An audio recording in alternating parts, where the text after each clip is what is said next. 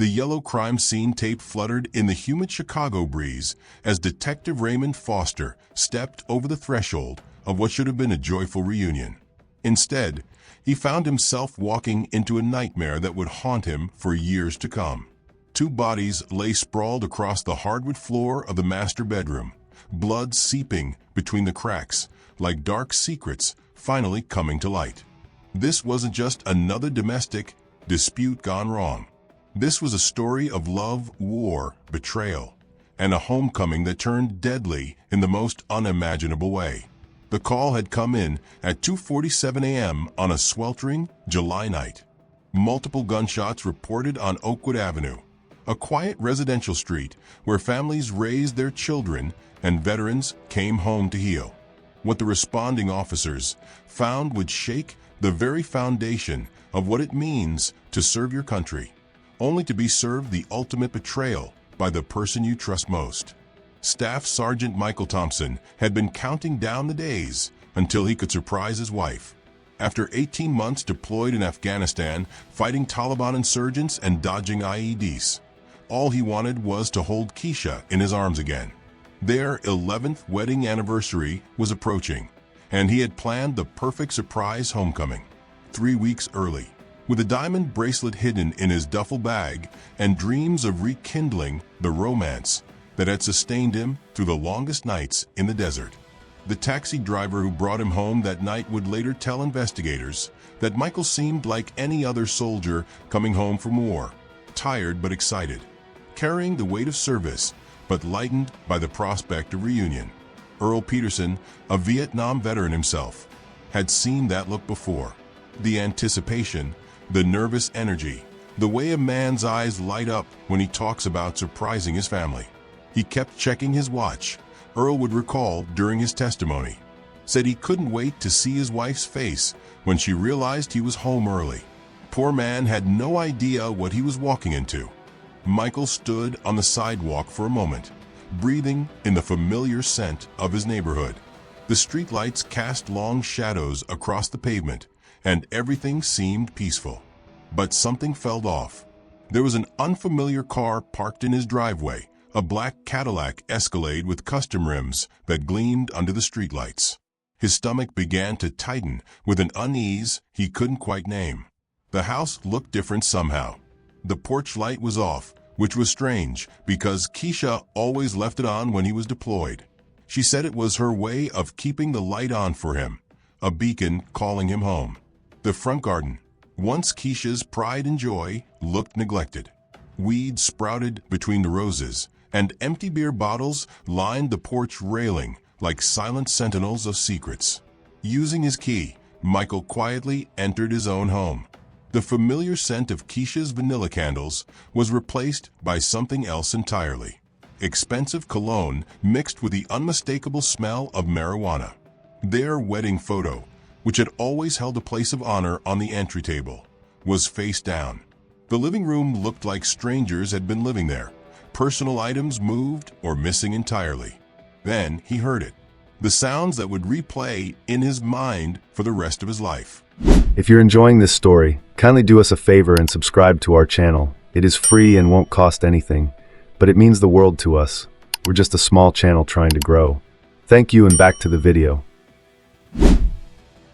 Muffled voices, rhythmic creaking, the unmistakable sounds of intimacy coming from upstairs, from their bedroom, from the bed where he and Keisha had made love countless times before his deployments, where they had whispered promises and planned their future together. Michael's military training kicked in automatically, moving with a silent precision that had kept him alive in combat zones. He set down his bags and climbed the stairs. Each step calculated, each breath controlled. The sounds grew clearer with every step, and with them, the devastating realization of what he was about to discover. The master bedroom door was slightly ajar, yellow lamplight spilling through the crack along with sounds that made his blood run cold.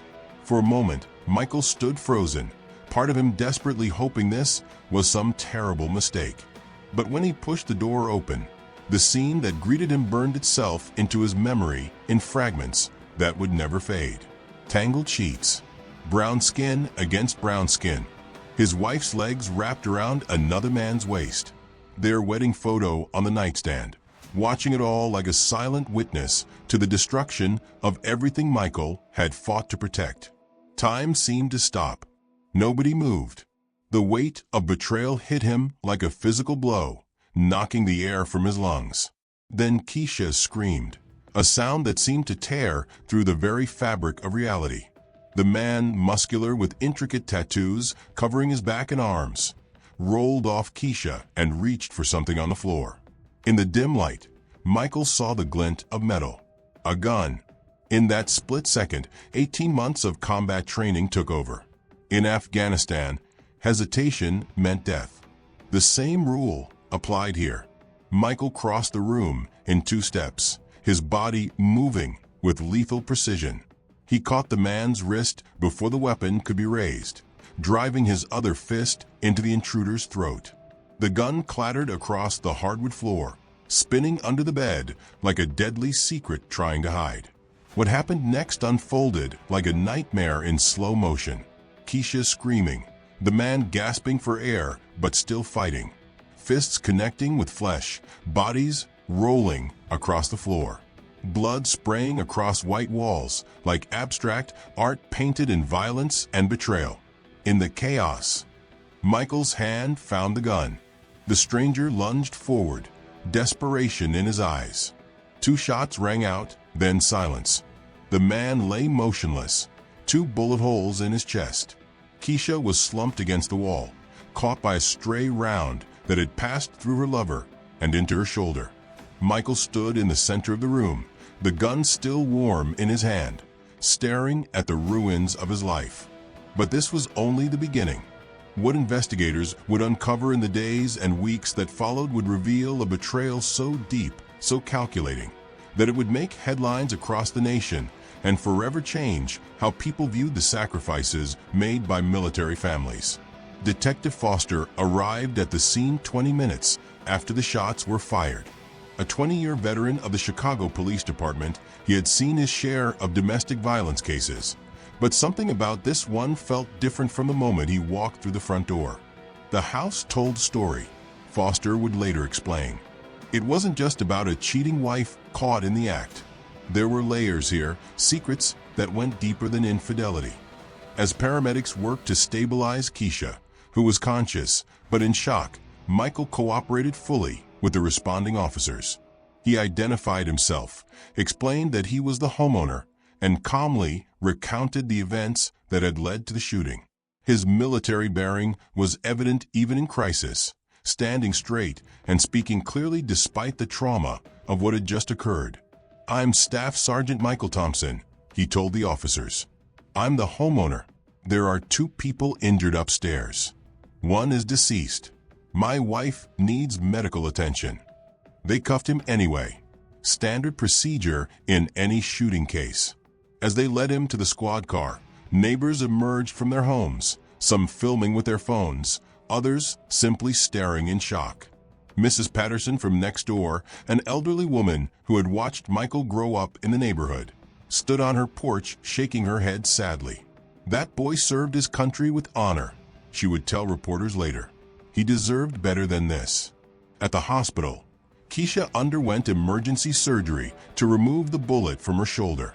Her parents, Jerome and Cynthia Davis, arrived within hours, her mother crying uncontrollably, while her father maintained a stoic silence that spoke volumes. They had never fully approved of Michael, thinking their daughter could do better than a soldier who was away more often than he was home. The man who died in Michael's bedroom was identified as Jamal Richards, a 34-year-old entrepreneur who owned several car washes and detail shops around the city.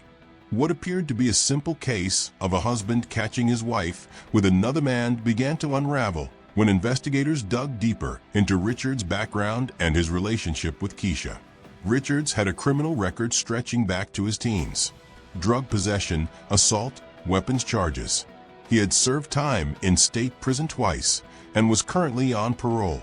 More importantly, he had connections to organized crime and had been suspected in several violent crimes, though charges had never stuck.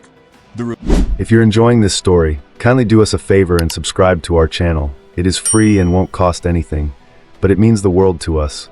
We're just a small channel trying to grow. Thank you, and back to the video. The relationship between Keisha and Richards went back further than anyone initially realized. Phone records showed they had been in contact for over 8 months, not the casual affair it first appeared to be. Text messages revealed a level of intimacy and planning that suggested this was far more than a simple extramarital relationship. But the real bombshell came when investigators executed a search warrant on Richards' phone and discovered encrypted messaging apps containing conversations that would turn the case upside down. What they found wasn't just evidence of an affair. It was evidence of a conspiracy to commit murder. The messages, time-stamped over several months, showed detailed discussions about Michael's deployment schedule, his anticipated return date, and most chillingly, conversations about his life insurance policy and how to access his military benefits. Keisha had been feeding Richards information about Michael's movements, his routines when he was home, and even the security measures he had put in place. More damaging still were recordings that Keisha had apparently made without realizing her phone was capturing audio. In one particularly damning conversation, she and Richards discussed how to make Michael's death look like an accident during deployment. "It has to be overseas," Keisha's voice could be heard saying. "Too risky here. Afghanistan's perfect. Things go wrong there all the time." Richards' response was equally chilling. "My guy says he can make it look like Taliban activity. Just make sure the insurance policy is current." The investigation revealed that Keisha had significantly increased Michael's life insurance coverage just 2 months before these conversations began. She had also taken out additional policies in his name, using his military ID and forged signatures. The total death benefit would have been nearly $2 million.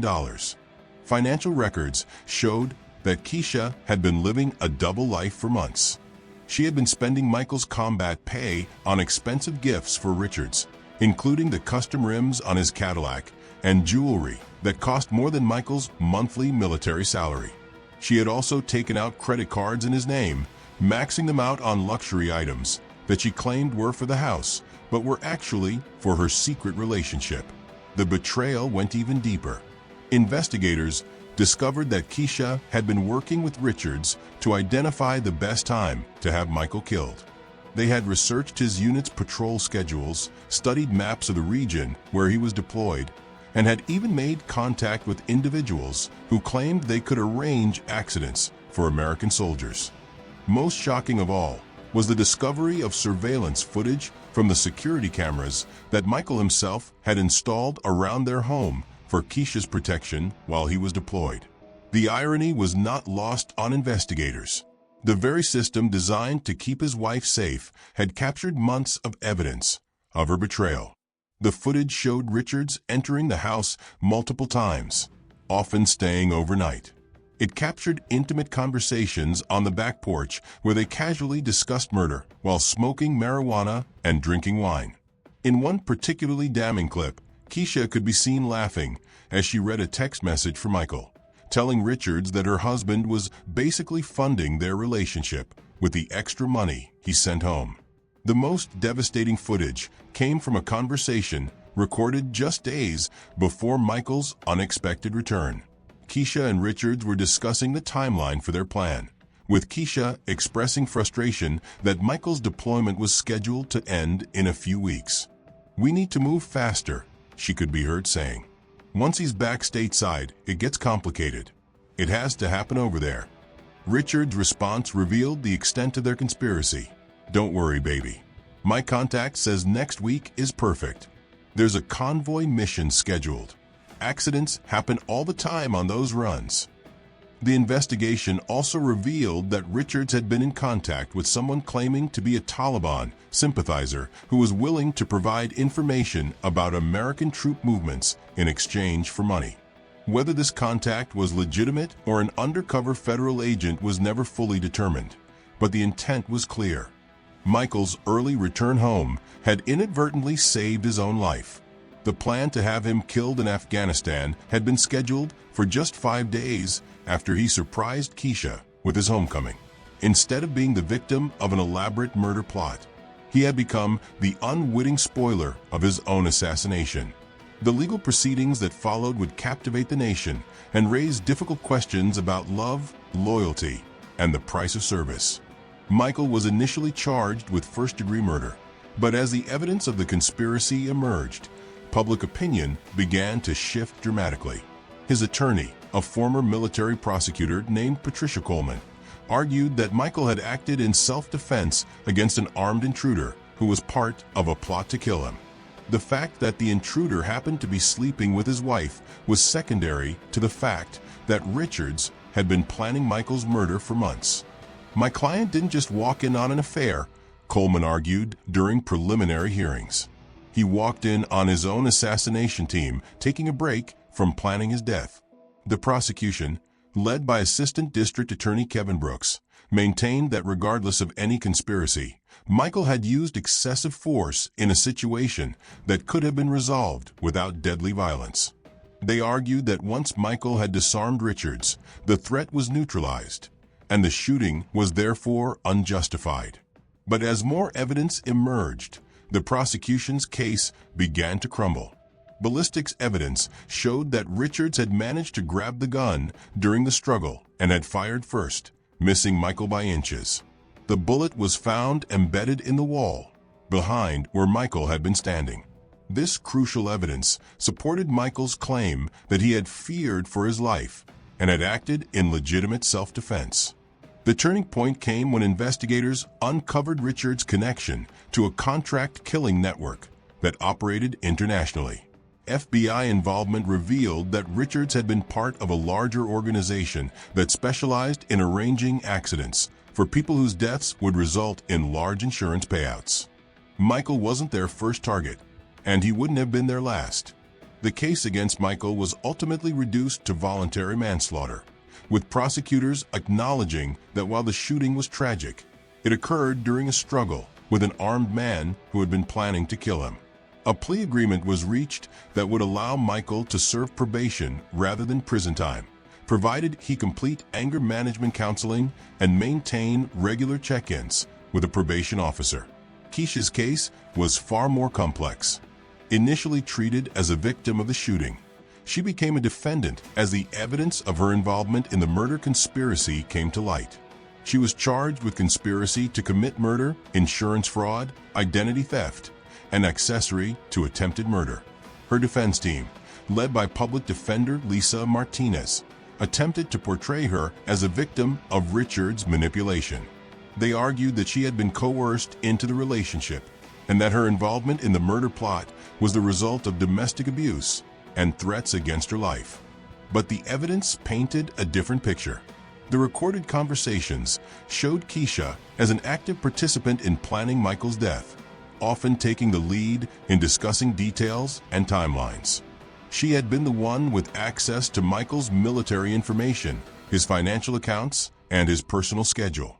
Without her cooperation, the plot would have been impossible. The trial that followed became a media sensation. Reporters filled the courtroom daily, and the case became a symbol of the ultimate betrayal of military families.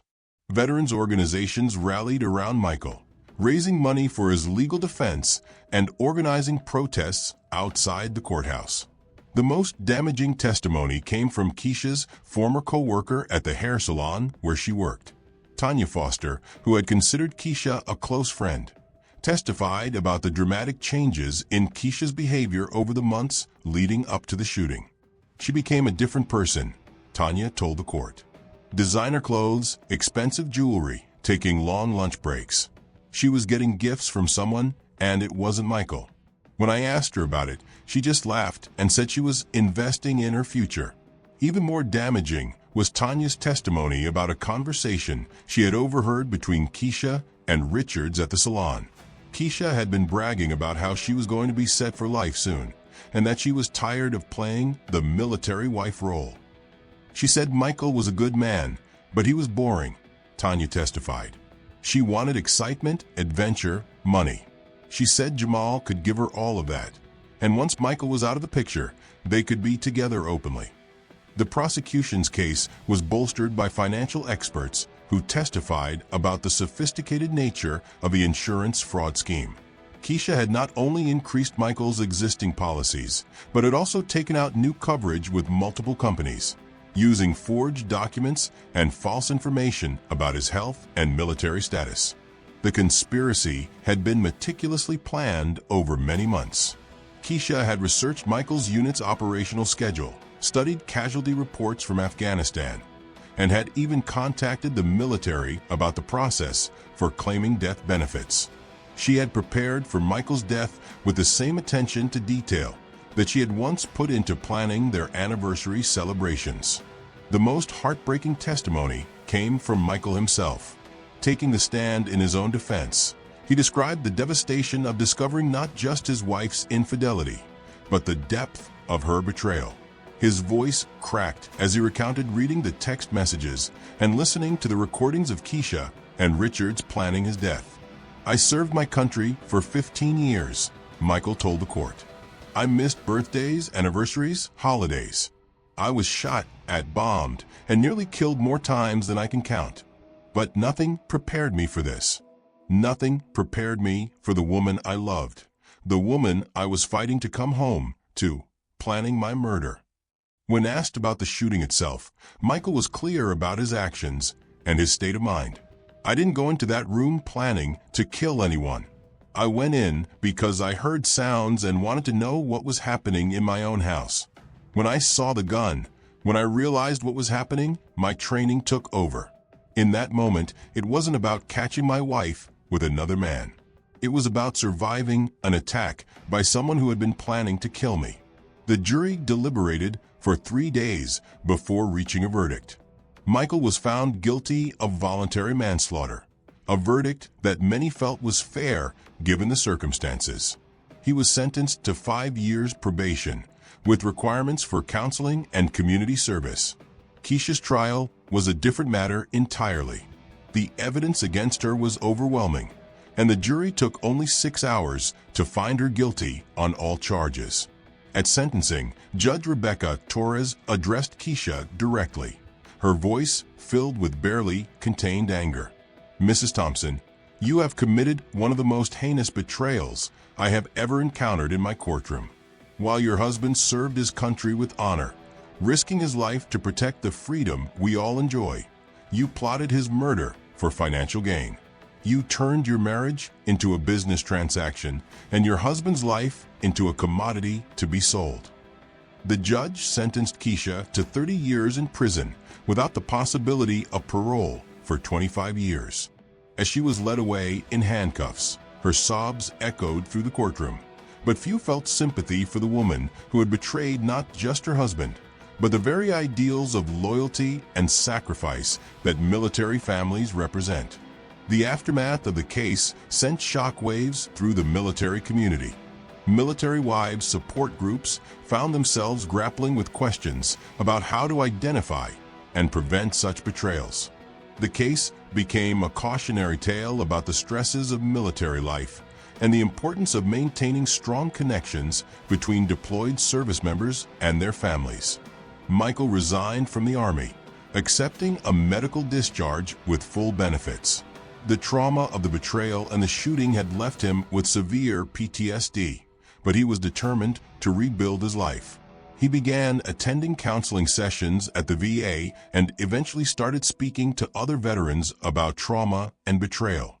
6 months later, Michael received a letter from Keisha. Written from her prison cell, it was a rambling, emotional plea for forgiveness that attempted to explain her actions and blame her choices on everything from loneliness to mental illness to Richard's manipulation. She claimed to still love Michael and begged him to visit her, to give their marriage another chance. Michael read the letter once, then put it in a drawer. He felt no anger, no sadness, no desire for revenge. He felt nothing at all for the woman who had once been the center of his universe.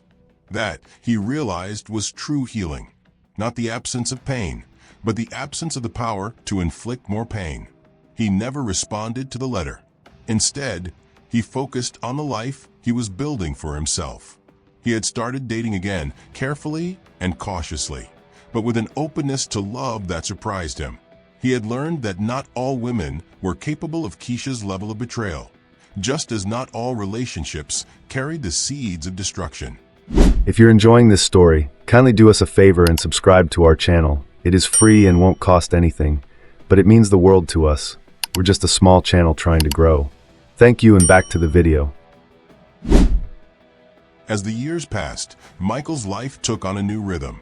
He worked as a counselor at the VA, helping other veterans navigate their own trauma. He spoke regularly at military bases and veterans organizations, sharing his story and the lessons he had learned. He found love again, with a woman who understood his past and respected his journey toward healing. If you found yourself moved by Michael's story of survival and healing, if you've seen something of your own struggles reflected in his journey, then you know how powerful it can be to share stories of resilience and hope. These stories matter because they remind us that no matter how deep the betrayal, no matter how dark the night, there is always a path forward. Please like and subscribe to hear more stories of survival, healing, and the extraordinary strength of the human spirit. Together, we can turn our deepest pain into our greatest source of strength and hope.